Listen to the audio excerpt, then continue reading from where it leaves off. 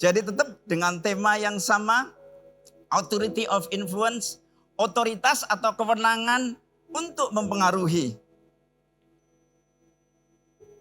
Judul firman Tuhan pagi hari ini adalah Proclaim the Kingdom. Memproklamasikan kerajaan Allah melalui pengaruh positif. Jadi penting sekali kata-kata melalui pengaruh positif. Sebab memang kerajaan Allah itu pasti berbicara tentang sesuatu yang positif. Bicara tentang satu harapan. Harapan yang pasti yang ada di depan kita. Jadi bukan tentang kabar yang rumit, tetapi tentang kabar yang baik.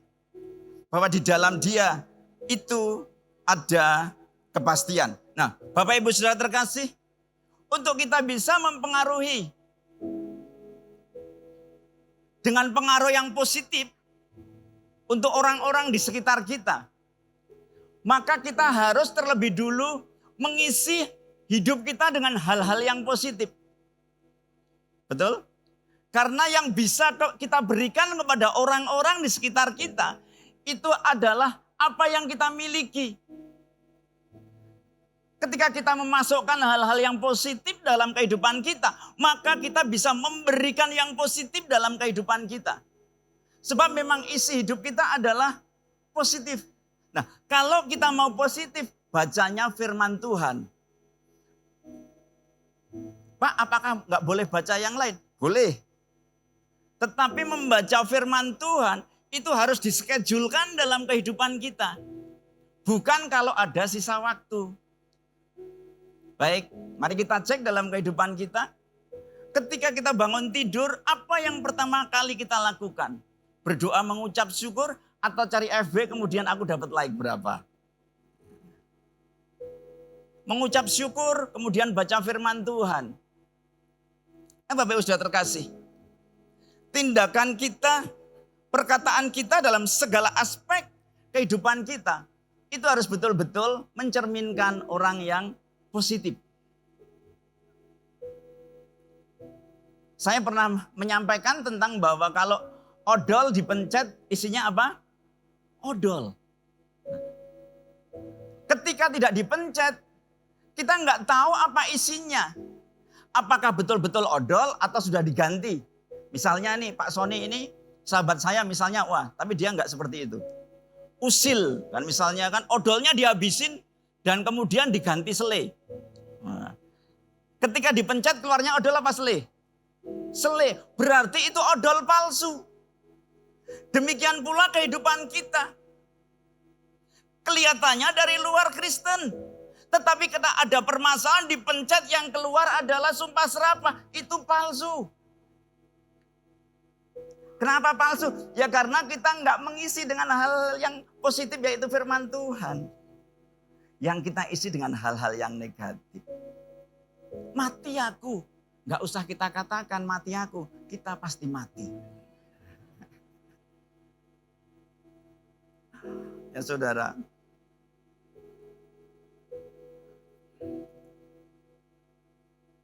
Jadi hati-hati dengan kita bergaul. Ya. Karena apa yang kita baca, kita akan menjadi seperti itu. Nah kemarin saya itu membaca buku, judulnya gini. Engkau akan menjadi seperti apa yang kau cintai. Setuju enggak? Ya. Kita akan menjadi seperti apa yang kita cintai. Nah ketika kita mencintai Yesus, kita akan menjadi seperti apa? Seperti Yesus. Ketika kita mencintai firman Tuhan, yang keluar dari hidup kita ya firman Tuhan.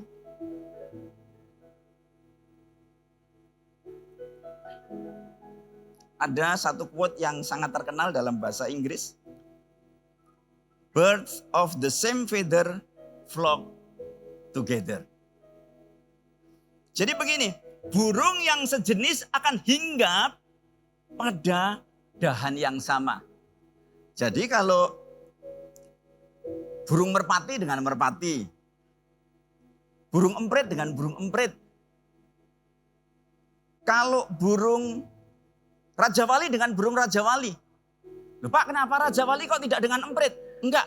Saya yakin enggak. Kenapa? Karena empritnya pasti dimakan Raja Wali. Jadi, bird of the same feather flock together. Burung yang sejenis akan hinggap pada dahan yang sama. Burung yang sejenis akan terbang bersama-sama. 1 Korintus 15 ayat 33. Janganlah kamu sesat. Pergaulan yang buruk merusakkan apa? Kebiasaan yang baik. Mungkin ada di antara Bapak Ibu dalam hati berkata, loh Pak, bukankah mengasihi itu semua orang? Betul. Mengasihi harus semua orang. Menolong harus semua orang. Empati harus semua orang. Tetapi bergaul, kita harus berhikmat. Ya, sebab dengan siapa kita bergaul, kita akan menjadi seperti itu. Kalau kita bergaul dengan orang yang suka menggosip, maka kita akan jadi penggosip. Ya. Gosip, digosok-gosok semakin sip. Ya.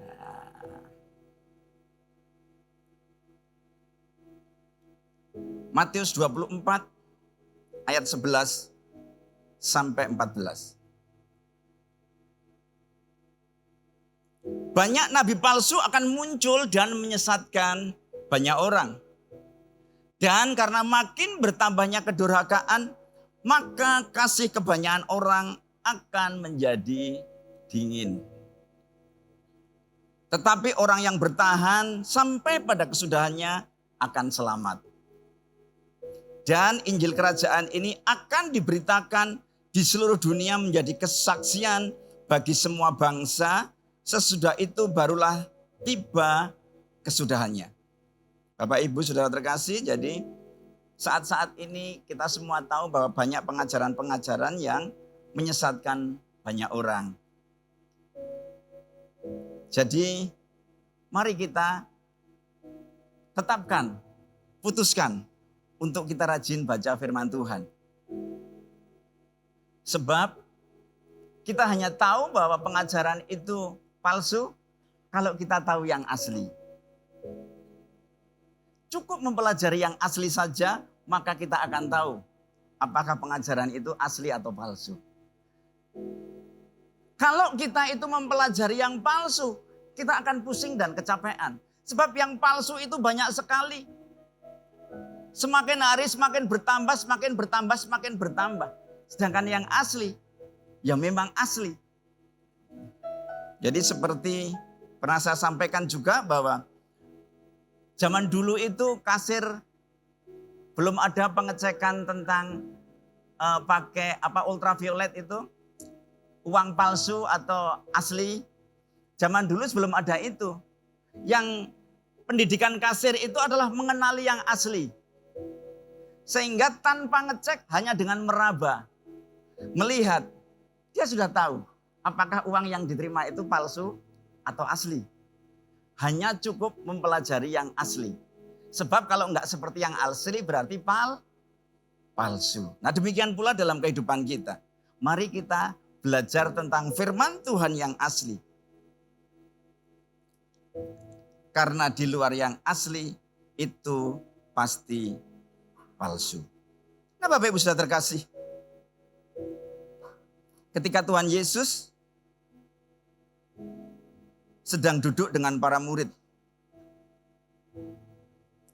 Yesus sedang mengajar, di tengah-tengah orang banyak itu ada orang-orang Farisi, ada orang Saduki, dan juga ada ahli Taurat. Kemudian ada salah seorang ahli Taurat ngetes. Ini ada di dalam Matius 22 ayat 36 sampai luar biasa. Nah, ini Matius 22 ayat 36. Ya. Tepuk tangan sekali lagi buat cyber.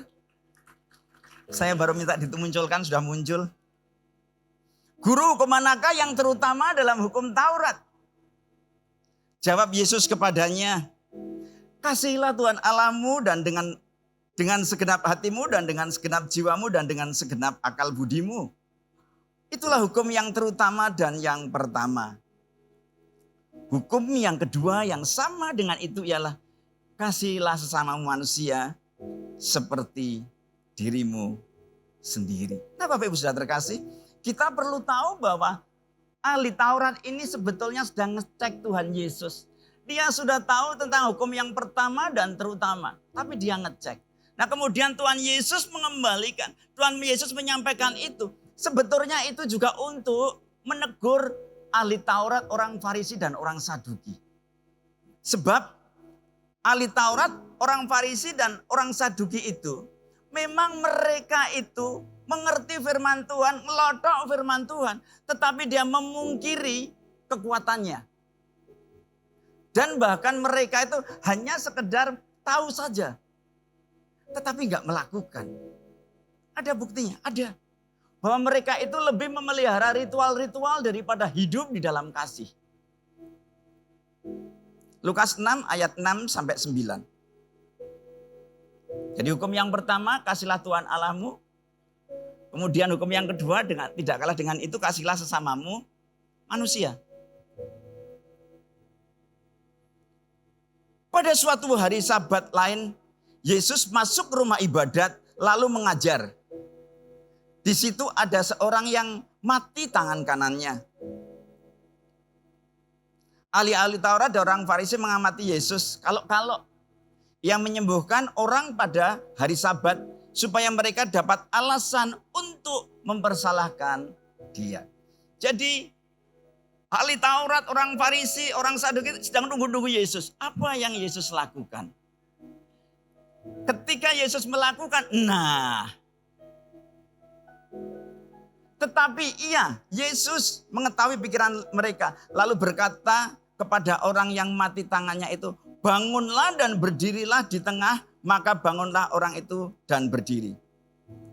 Lalu Yesus berkata kepada mereka, aku berkata kepada kamu. Ini kepada orang-orang. Pada hari Sabat, manakah yang diperbolehkan pada hari Sabat? Berbuat baik atau berbuat jahat? Menyelamatkan nyawa orang atau membinasakannya. Dan kita semua tahu bahwa akhirnya Tuhan Yesus menyembuhkan orang itu. Dan Yesus bertanya, manusia dibuat untuk hari Sabat atau hari Sabat dibuat untuk manusia? Bagaimana dengan kita?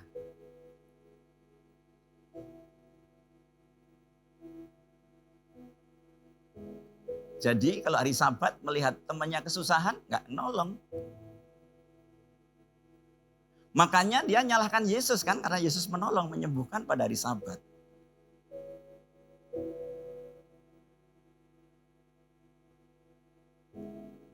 Bagaimana dengan kita? Kita baik hati tapi menolong. Tetapi kita menolong orang hanya kalau pas hati kita senang. Itu sama aja, gak ada bedanya. Kita menolong orang kalau kita cocok dengan orang itu. Itu sama saja. Tuhan mau kita menolong itu ya semua orang. Hari apapun juga. Ini Tuhan sedang, orang Jawa melehke. Bahasa Indonesia ini agak sulit saya. Gini loh. Nanti kalau sudah ketemu terjemahannya. Pokoknya melehke sama orang-orang itu loh. Jadi ada orang-orang tertentu berpikir bahwa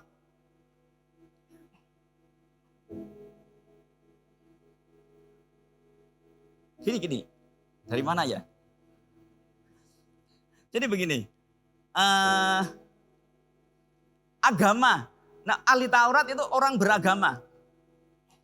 Sedangkan kekristenan itu bukan agama.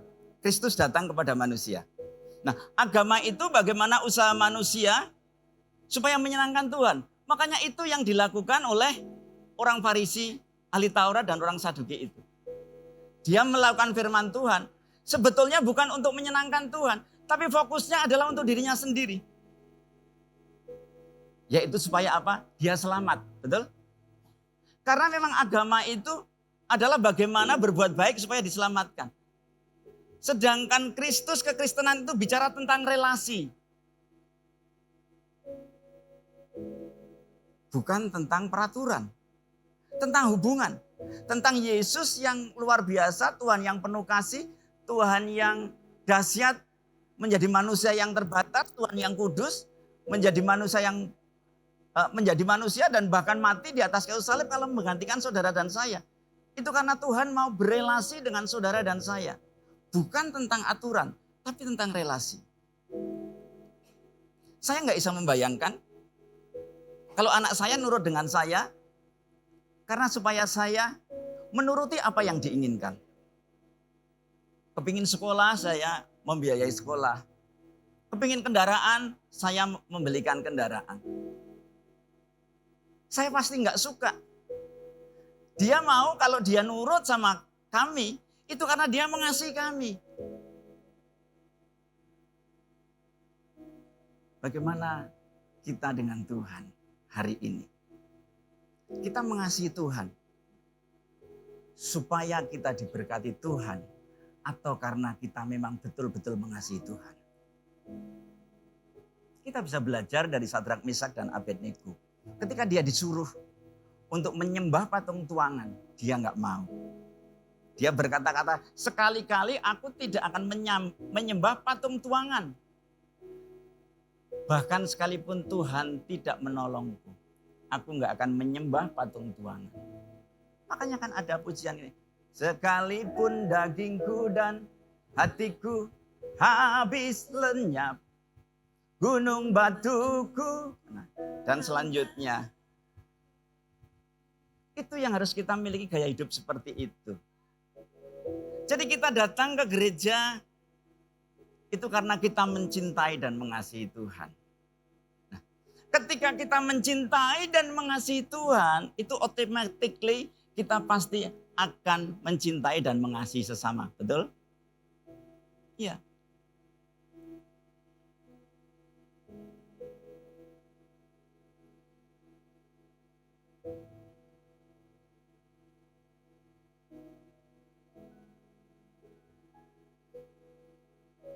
Matius 13 ayat 33.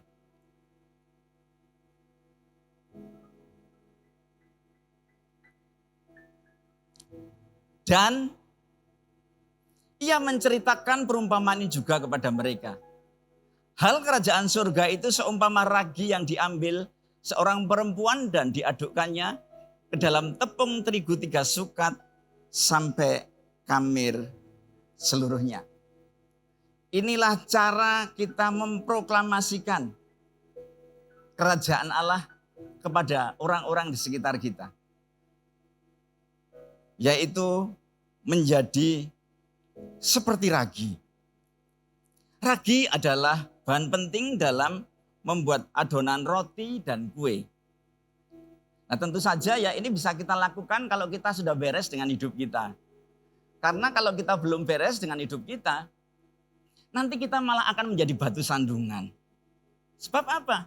Ya antara bungkus dan isinya beda. Bungkusnya Kristen tapi isinya masih tukang ngeluh. Gak bisa nepatin janji. Ya, masih bohong. Gak setia. Jadi setelah kita beres dengan hidup kita, baru kita akan jadi ragi. Karena kalau tidak, kita justru akan jadi batu sandungan. Jadi begini, ragi adalah bahan penting dalam membuat adonan roti dan kue. Jadi ragi ini berfungsi untuk kue atau adonan kue atau roti ini bisa mengembang. Jadi ini kalau yang ada yang seneng buat kue atau roti diangkat tangannya. Iya. Ini nanti Noni, Ibu Siana juga ya. Nanti Noni sama Bu Siana bisa ke sini. Ya. Nanti kalau saya ada keliru tolong saya dikoreksi tentang ragi. Jadi ketika kita memberikan ragi di dalam adonan kue, itu adonan kue itu mungkin hanya sekepal tangan bayi, tapi setelah dicampur dengan ragi, dia akan mengembang bahkan lebih besar dari kepalan tangan saya. Nah, Betul ya, Noni? Nah, saya lihat Noni dan Bu Siana manggut-manggut, saya senang. Berarti saya masih benar. Jadi, dan itu luar biasa. Artinya ketika kita menjadi ragi untuk orang-orang di sekitar kita, itu mengubah sesuatu yang mungkin kecil menjadi besar. Seseorang yang patah semangat menjadi orang yang semangatnya menyala-nyala. Jadi Tuhan menempatkan kita dimanapun dan di lingkungan apapun. Itu Tuhan gak pernah keliru. Karena Tuhan mau kita jadi berkat. Dan operasinya seperti ragi itu. Nggak ketahuan, nggak kelihatan. Tiba-tiba berubah. Jadi, mari melalui kehidupan kita, kita memproklamirkan kerajaan Allah dengan cara mengkamiri. Seperti yang dilakukan ragi. Mempengaruhi komunitas kita. Mempengaruhi lingkungan sekolah kita. Mengkamiri lingkungan kerja kita. Dimanapun Tuhan menempatkan kita. Mari kita terus membawa keteladanan yang baik. Orang yang tadinya hidup sembarangan, ketika bergaul dengan kita, hidupnya menjadi baik. Orang yang tadinya hidupnya tidak bernilai, merasa melakukan hal-hal yang gak bernilai. Setelah berkumpul dengan kita, menjadi hidupnya bernilai. Jadi jangan beri, Pak. Setelah bergaul dengan saya, tasnya ganti menjadi seperti saya loh Pak. Itu bukan bernilai itu. Itu kepingin tasnya sama. Jadi kita mesti ngerti, bernilai itu sesuatu yang ada di dalam hidup kita. Bukan tentang tas kita, bukan tentang baju kita. Tetapi tentang hidup kita. Yeremia 29 ayat 7. Saya minta ini kita baca yang VMD. Usahakanlah melakukan yang baik untuk kota tempat pembuanganmu. Untuk kota di tempat kita tinggal. Untuk tempat di mana kita bekerja. Untuk tempat di mana kita ditempatkan Tuhan dalam komunitas kita. Berdoalah kepada Tuhan demi kota tempat tinggalmu. Sebab jika ada damai sejahtera di kota itu, kamu juga berada dalam apa? Damai. Kita harus tahu ada kata usahakan. Ya, baik dalam terjemahan baru maupun dalam VMD.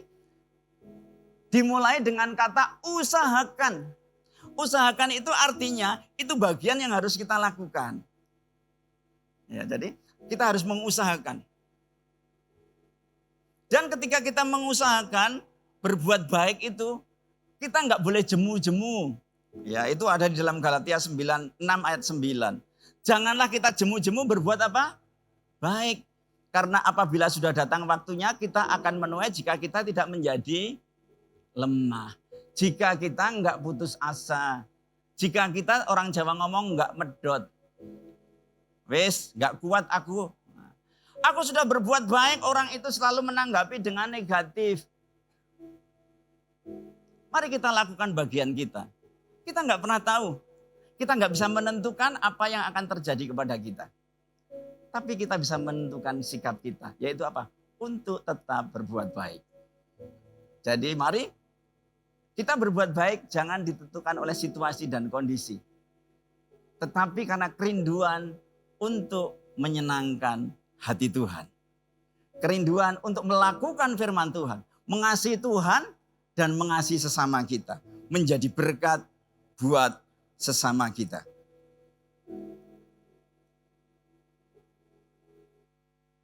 Apakah bisa Pak? Bisa. Karena ada Tuhan yang dahsyat yang memampukan kita. Ada kuasa Roh Kudus yang akan memampukan kita.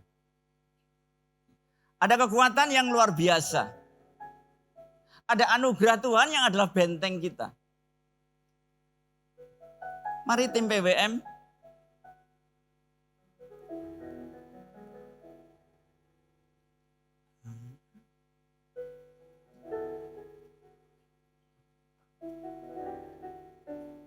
Mari terus lakukan bagian kita.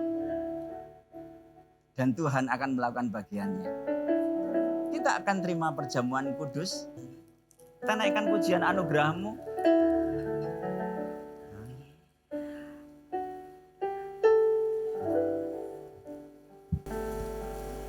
Anugerah-Mu semua karena anugerah-Mu. Mari bangkit berdiri Bapak Ibu. Semua karena anugerah Tuhan. Bukan karena kekuatanku. Amin. Anugerah-Mu.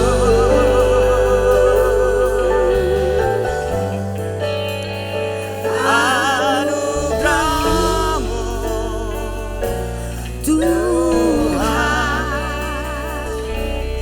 Kasih dan sayang-Mu. Sumber kekuatan bagiku. Anugerah-Mu. Anugerah-Mu.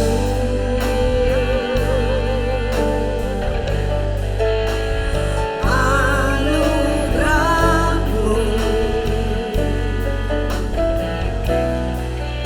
Semua karena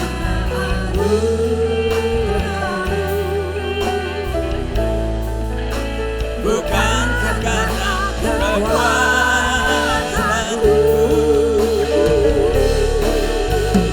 Anugerah-Mu.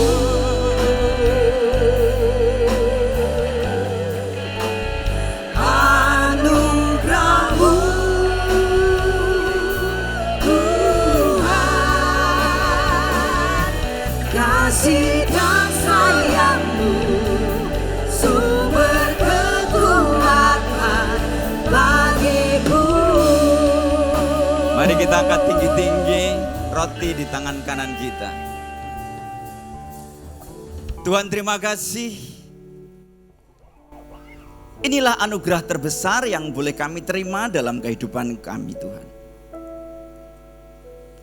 Semua karena anugerah-Mu kalau kami boleh ada saat ini. Tuhan terima kasih untuk tangan-Mu yang selalu terbuka untuk menerima kami, menunggu kami untuk kembali kepadamu. Tuhan melalui firman-Mu pada siang hari ini Tuhan, kami mau mengambil keputusan untuk hidup kami menyenangkan hati-Mu. Bahkan lebih daripada itu, kami mau hidup kami memberikan dampak yang baik untuk orang-orang di sekitar kami. Memproklamasikan kerajaan Allah melalui kehidupan kami. Bukankah roti yang kita angkat tinggi-tinggi dan atasnya kita mengucap syukur adalah persekutuan dengan tubuh Kristus. Makanlah di dalam nama Tuhan Yesus.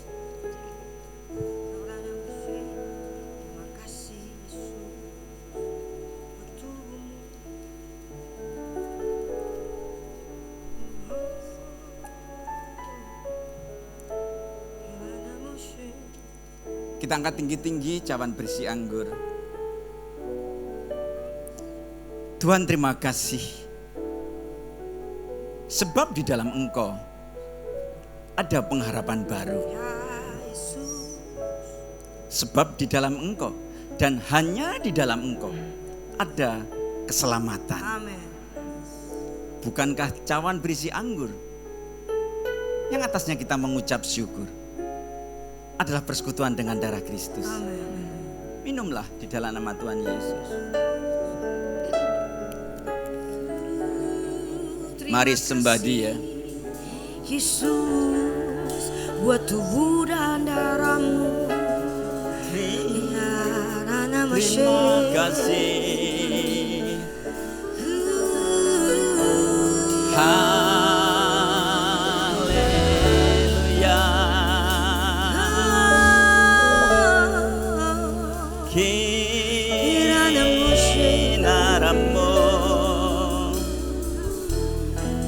Haleluya.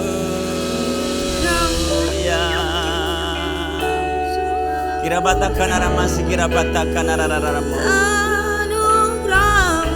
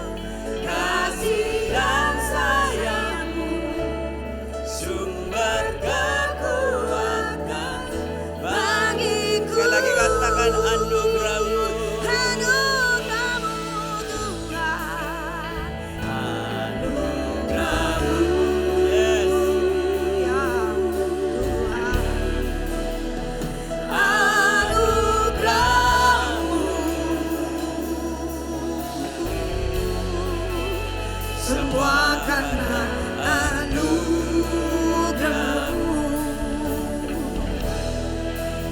bukan karena kekuatan-Mu.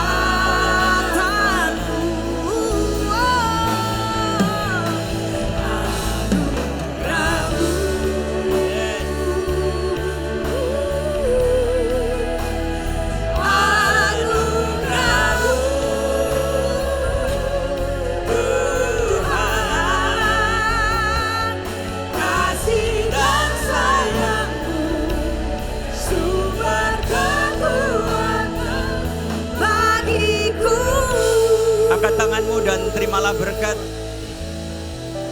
Pulanglah dengan sukacita penuh, dengan membawa damai sejahtera yang berasal dari Tuhan kita Yesus Kristus. Angkat kepalamu dan jangan lagi tertunduk lesu. Sebab kasih sayang Tuhan adalah sumber kekuatan bagimu. Dia tidak akan pernah meninggalkanmu. Engkau akan menjadi berkat dimanapun kau berada. Tuhan memberkati engkau dan keluargamu. Tuhan memberkati usaha dan pekerjaanmu. Tuhan memberkati studimu.